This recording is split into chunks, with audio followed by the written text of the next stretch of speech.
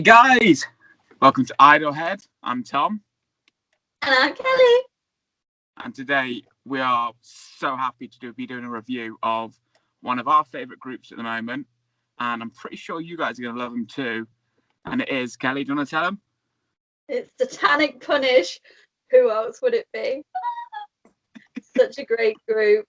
So for those who don't know who Satanic Punish are, they are an alt idol group who, with their current music, are currently using deaf vocals and clear vocals, kind of show the balance between the two current members, who are Web Shiki, who is the current leader of the group, and she provides the deaf vocals. She practices every day. She is a bloody hard worker. She is incredible.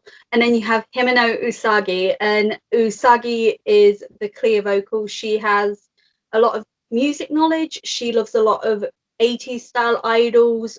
She's probably a little bit more towards the typical idol look in a way, but with her and Web Shiki, you get this really cool balance of clear vocals versus deaf vocals, and the way they look as well. They're very different people, but they work together really well. They like each other as well. From what I've heard, they're really close, and so they create this wonderful balance of just two drastically different people and drastically different singing styles, and yet it's wonderful. It's amazing. And that is Satanic Punish as they are right now, and they're just incredible. Yeah, so me and Kelly have been fans of Satanic Punish for a good couple of months now, I think. It's about a year almost, actually, because we got into the second lineup was pretty much announced, and we were awaiting their debut and everything, but obviously it took a while for them to have a stage debut because of obviously coronavirus happened and a lot of places were shut down. Yeah, it was hectic, and they obviously lost two members before they could even have their stage debut. And then in August they lost another member, Kisaragi Mel, who was one of our favourites. We absolutely fucking adored her, and it broke our hearts. But just things happen. This is the idol world. It's how it goes. But it was heartbreaking. Tom really felt that punch. And so did I. I'm kind of used to it at this point though, because I've been into idol for a very, very long time. You're quite new to it still, aren't you, Tom, in a way? Yeah, as a newbie to the whole idol thing, the whole member leaving, it's still like a big deal. I know it happens a lot in the idol world. So yeah, as for band members, as in a normal band, when a band member leaves, yes, it's a big deal, and yeah, you feel it. So, but for an idol to leave, apparently well, I know now it's quite a normal thing. They graduate, they move on, but to have a passion, and for someone to, yeah, I took that leaving of Mel quite hard, but on the positive side, it has made the current lineup so strong and so tight. You can see it in the lives how much respect they give each other, and it is so heartwarming to see them perform together. Yeah. Because it's not been an easy year for any idol group, any band, because of the whole corona thing, but they have been out there giving it all when they can. They've been putting on live performances online, checky sessions online, and they have not stopped, and it's absolutely brilliant. So that is basically mine and Kelly's roundup of Satanic Punish and how we adore them. But today we're going to talk about one song in particular that I think we both think is the essence of Satanic Punish as it is at the moment. Yeah. So it's an absolutely brilliant song, and it is Alpha Omega.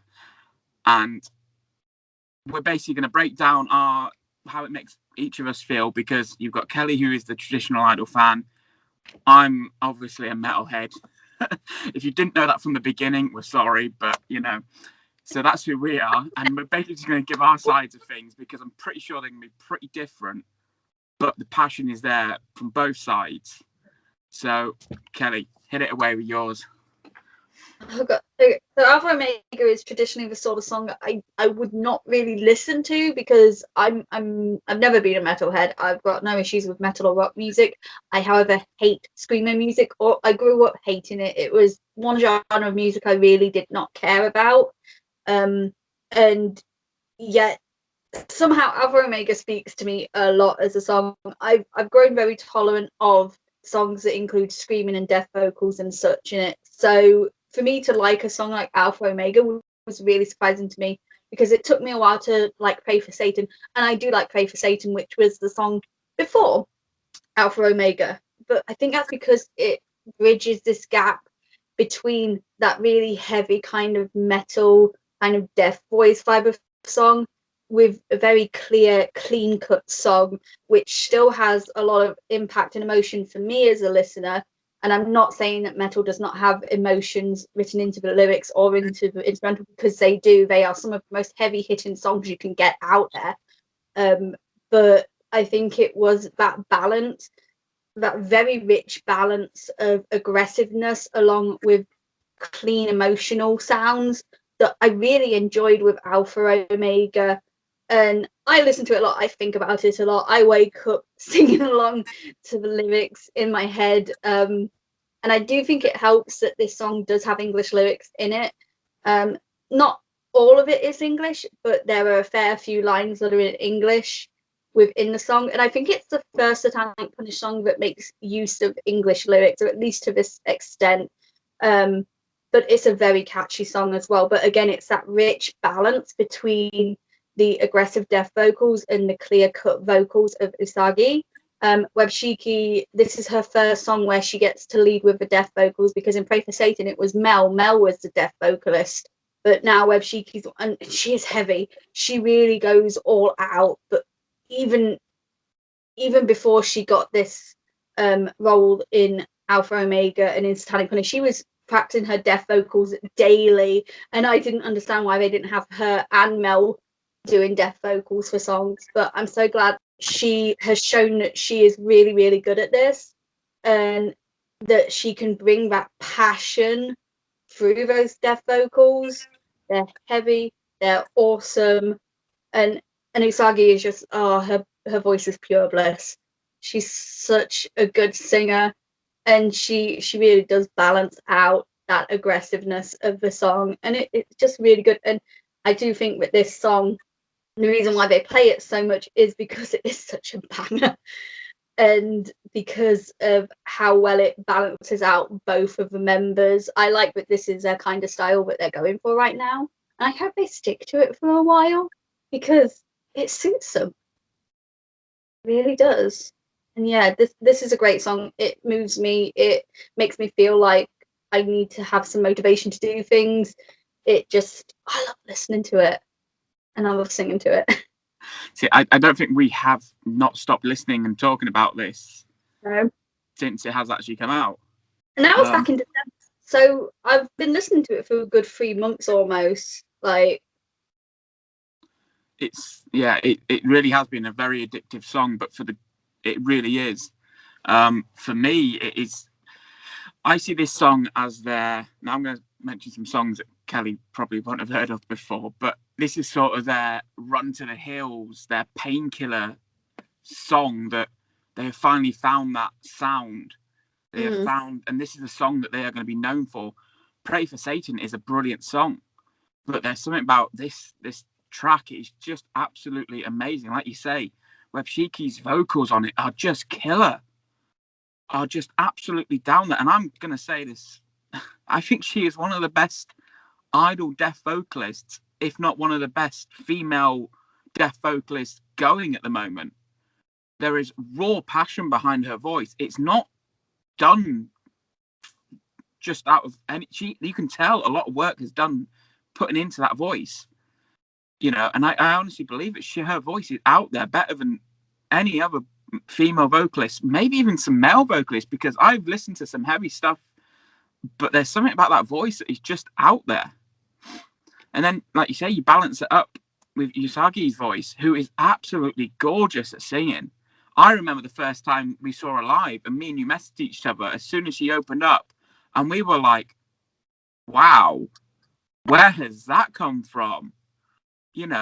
And this is a song that really does put all that together. And as I said to Kelly, this reminds me of back when I was 15 years old in the early 2000s, a while ago now. it takes me back to the high school days of discovering metal for the first time.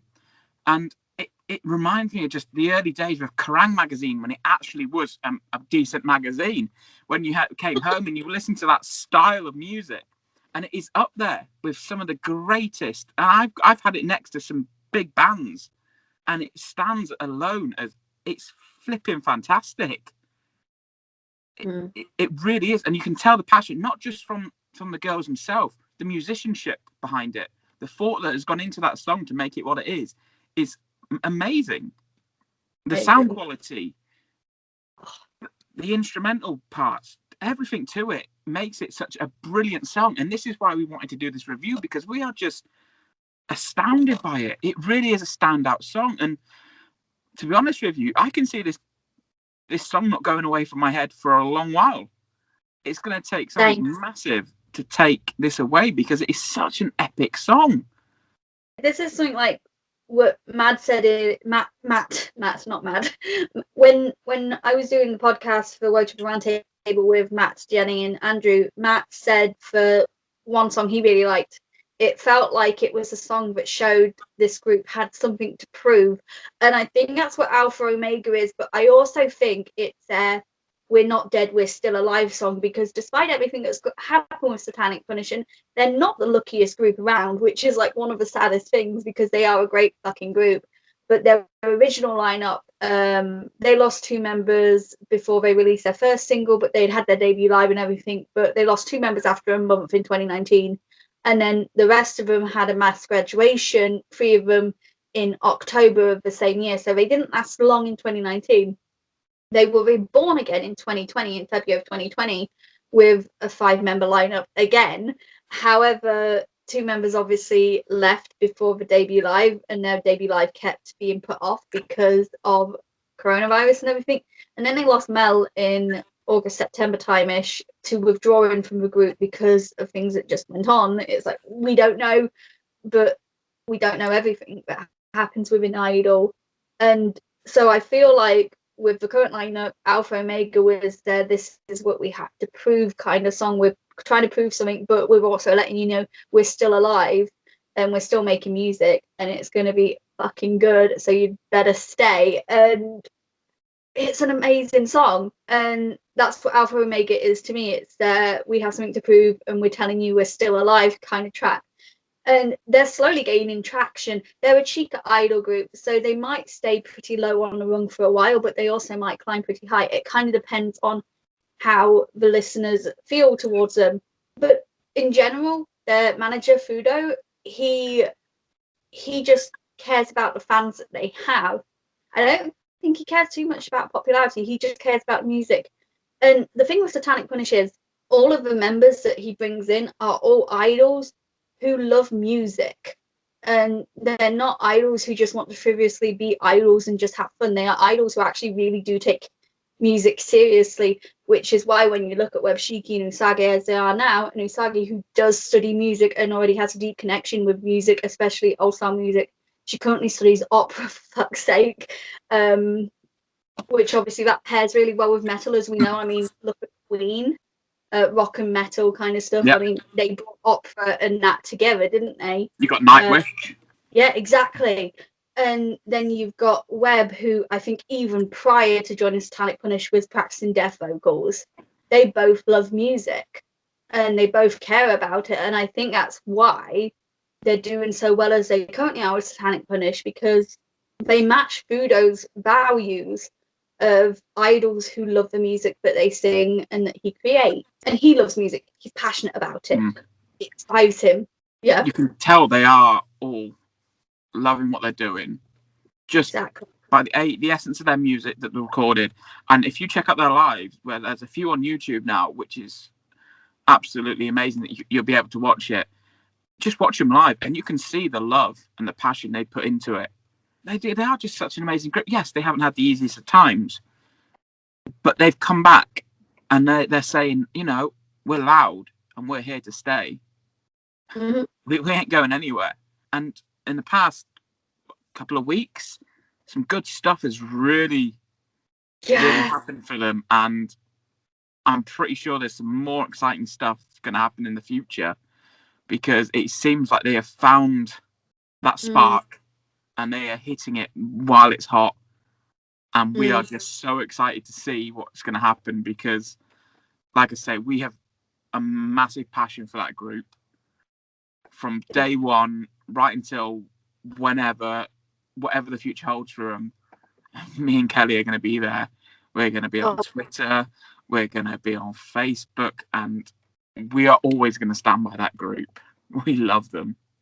We do. I'm super, super excited for obviously what they're going to be bringing to play. It's like obviously they recently released their new visuals and also their new logo, which is fucking epic. It's a lot more like hardcore and like more metal as well, which I didn't expect that to happen. It's definitely more Scandinavian metal looking logo, and it is just, you know what, like I said, if you put that in a metal magazine, you'd think, who is this hardcore metal band?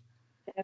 But I reckon they can still pull it off. I feel like with Webshiki and Usagi now, because they are currently the two longest running members of the group, I think, period at this point, because obviously they came in February and we've gone past February now, and I know they didn't debut then, but by means of when they were announced, they've been in the group for over a year, which the other members who were all a part of the group before that, even in the first generation lineup, they didn't come close to that. I think Fudo is very confident in what their abilities are, and I'm so happy about that because him changing things up with the logo and everything, it kind of shows that it's a new era in a way. And I know the group's not gone on long. It's about 2 years essentially, come June when they first originally started in 2019. But I'm glad that we have Webshiki and Usagi because, again, they are two members who balance each other out really well, but they also balance the music out really well.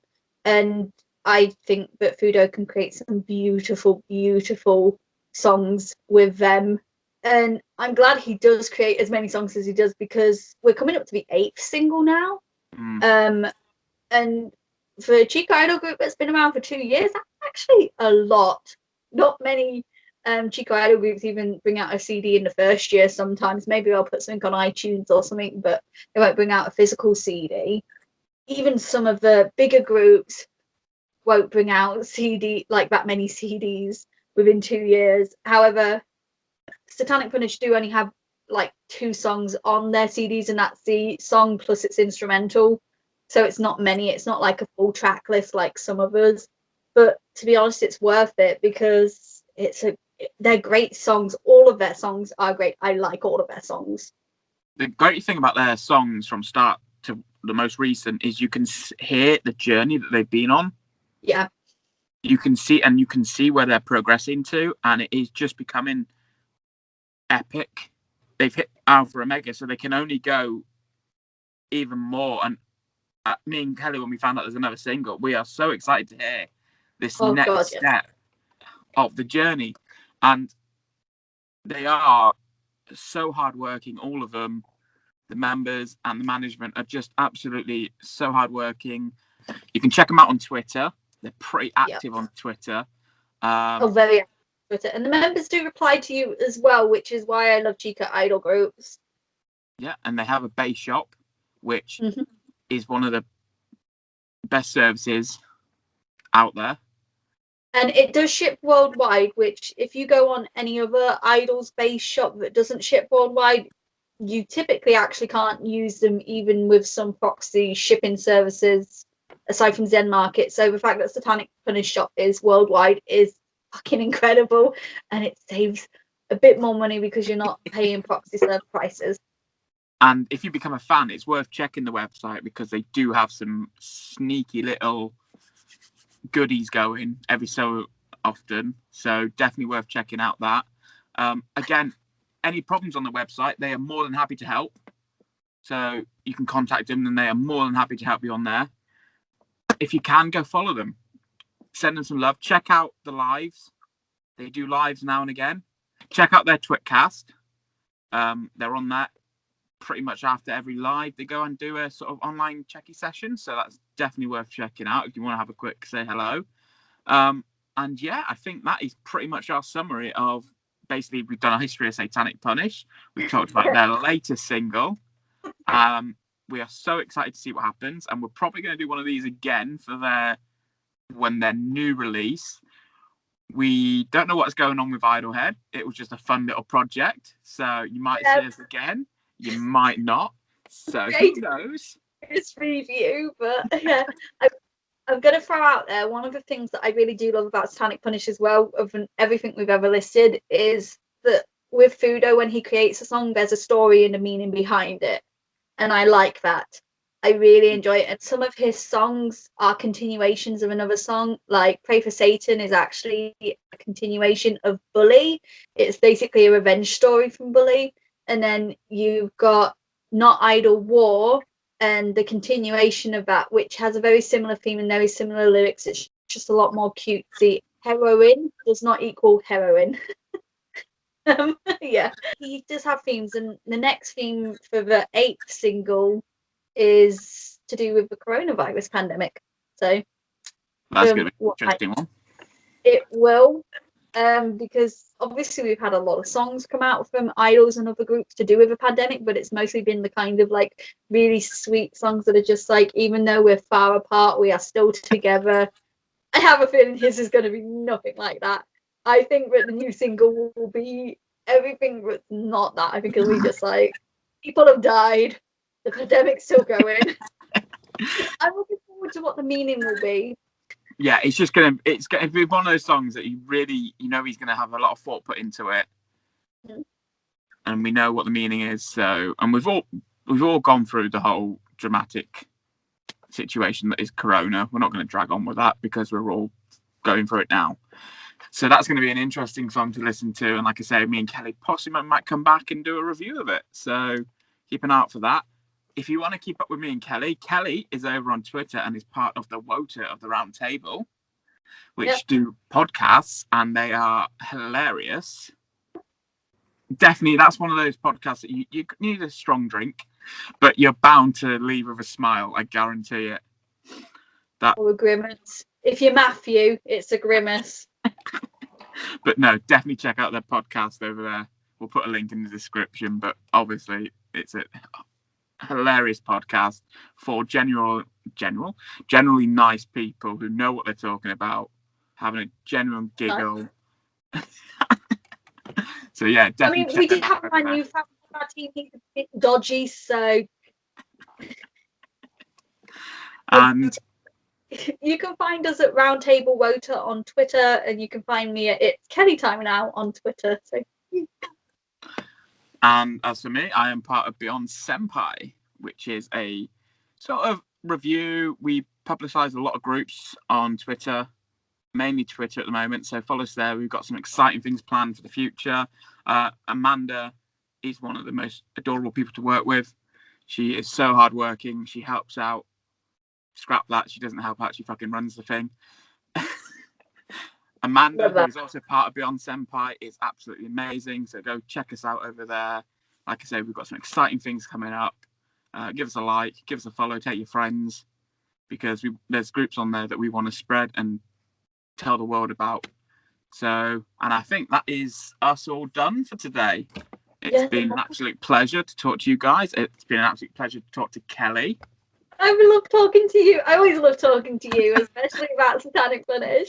I'm glad we kept on topic today. That has been brilliant. I can't go off topic. I nearly did. I honestly, when you were talking about idol graduations, I was like, I need to. Everything went into my head, and I was like, I need to say more. And I was like, no, shut up. So we're probably going to talk after this recording for about another hour and a half. So that's going to be amazing. So we will see you guys later. Thanks for watching.